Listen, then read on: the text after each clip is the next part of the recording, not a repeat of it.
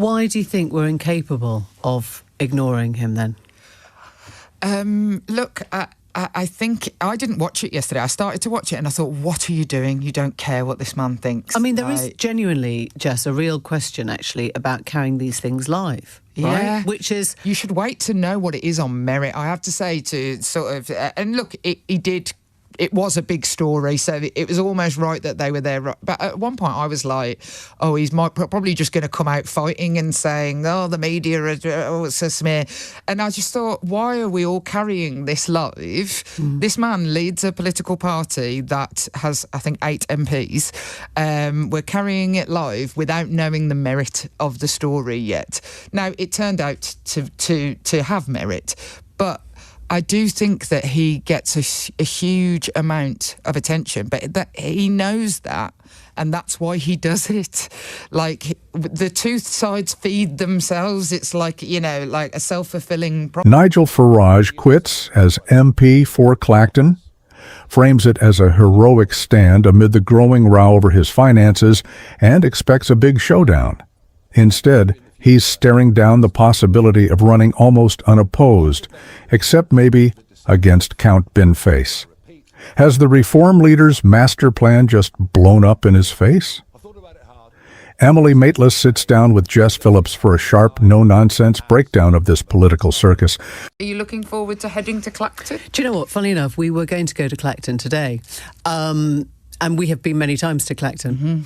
And I thought the speed at which the major parties decided not to play game phenomenal. Was astonishing. Yeah. I did kind of think if you'd actually got your act together over any of the other policies like this, or over the Brexit votes and the debates, that would have been great too. I mean, it feels like it's taken 10 years to get to this place where there has been a sort of cohesion between the main parties. I genuinely, as it was happening, I mean, the Labour Party had to go to an NEC meeting.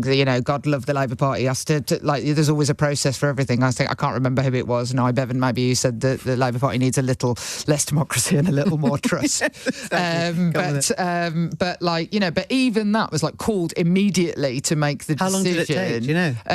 Not very long, and let me tell you, I've lost a lot of hours of my life in a Labour NEC meeting, so them being done quickly is a rarity. But I think it was Kemi Badenoch and the Lib Dems were immediately out. She of was the straight traps. out the traps. I think Ed Davey was first. Yeah, and then Kemi Badenoch agreed. And what I thought was interesting is that normally on any of those sort of issues, you get people pulling in slightly different directions or making the political grandstand for it. And actually, partly I think because of the state of your party, quite frankly, that Keir Starmer is away.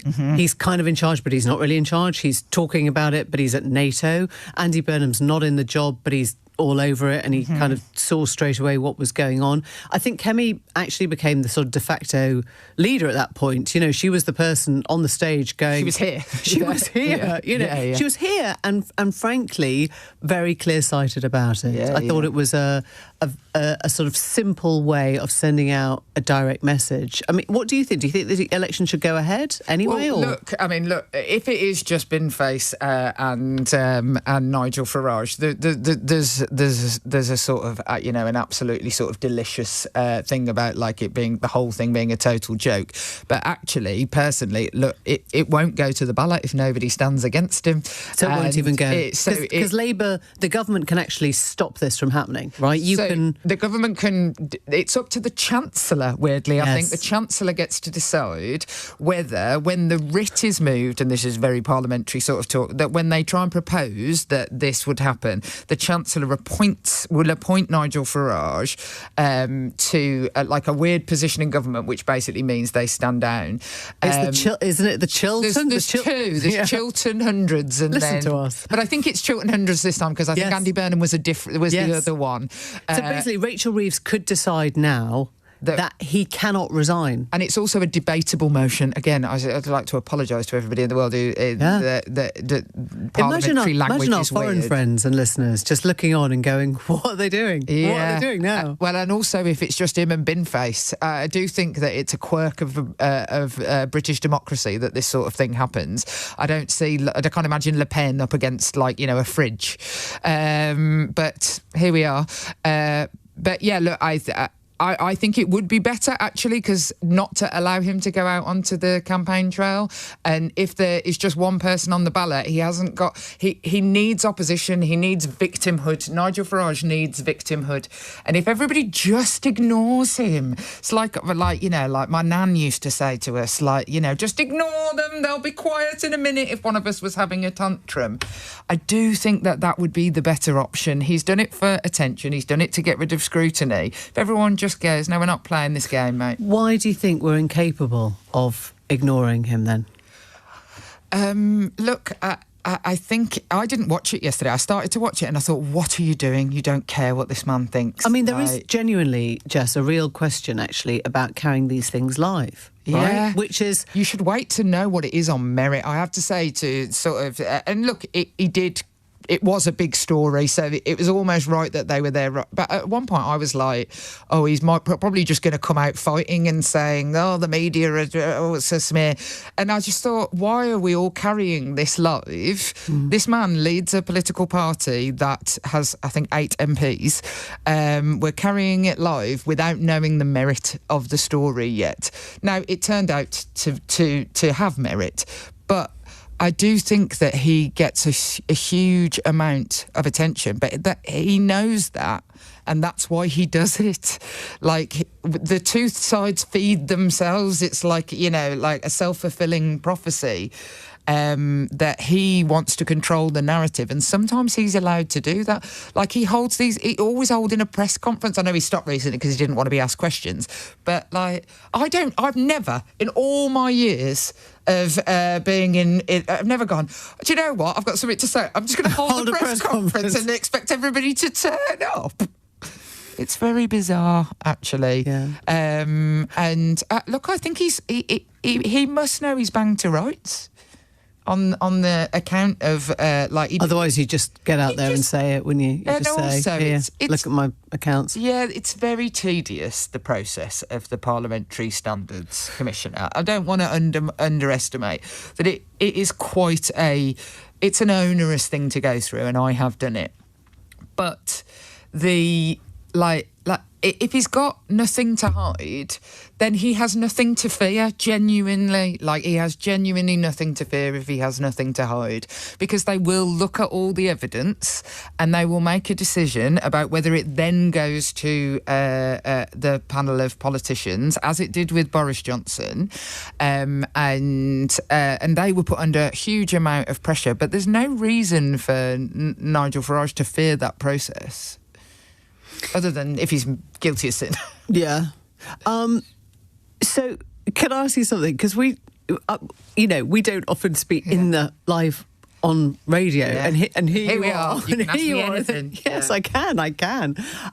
Is it weird, this whole period, this sort of interregnum? Like, do you still... No, I don't like it at all. I feel like this sort of... We're in a bit of a no man's land, if you will, although there's lots of men in the no man's land, I don't like it much. I sort of want it to move on now. And I understand the sort of transition period, certainly within my own political party, why they wanted it and why that was what was laid out. But the nominations for the next Prime Minister hasn't even opened yet. It opens on a Thursday when nobody is in Parliament. I don't really understand that, but anyway. And they can't speed it up? Or you think nobody really wants to? I don't think it's in the interests of anybody involved, any of the main players involved, so Keir Starmer and Andy Burnham, for that to be the case. But it is bizarre. And now enter stage left Nigel Farage, and it does feel... Also, you get this thing in politics where you are, crashing towards the recess, and you start to feel like you're crawling. Yeah. And I do think everybody is just a little bit like, oh, come on, I just want to crack on with my job. Let's just get cracking.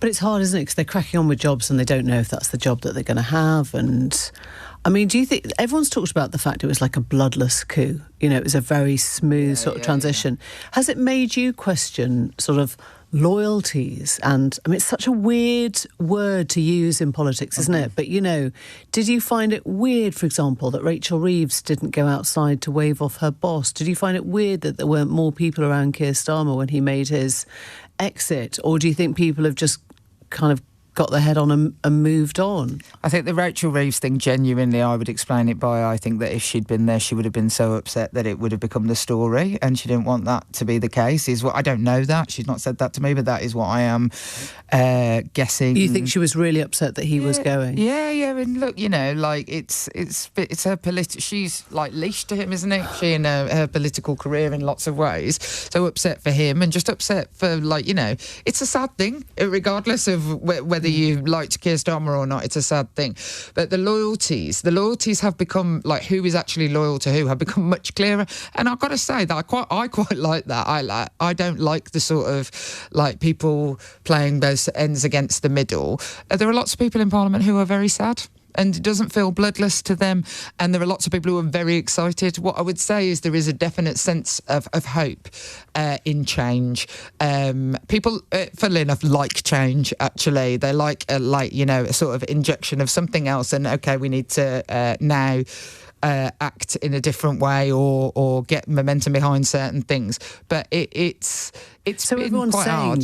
that there's too much change and there's too much instability. You think people actually quite like change? Well, I do think that the public, the media, and the politicians have become a little bit addicted to chaos. Actually, I think that, like, it's.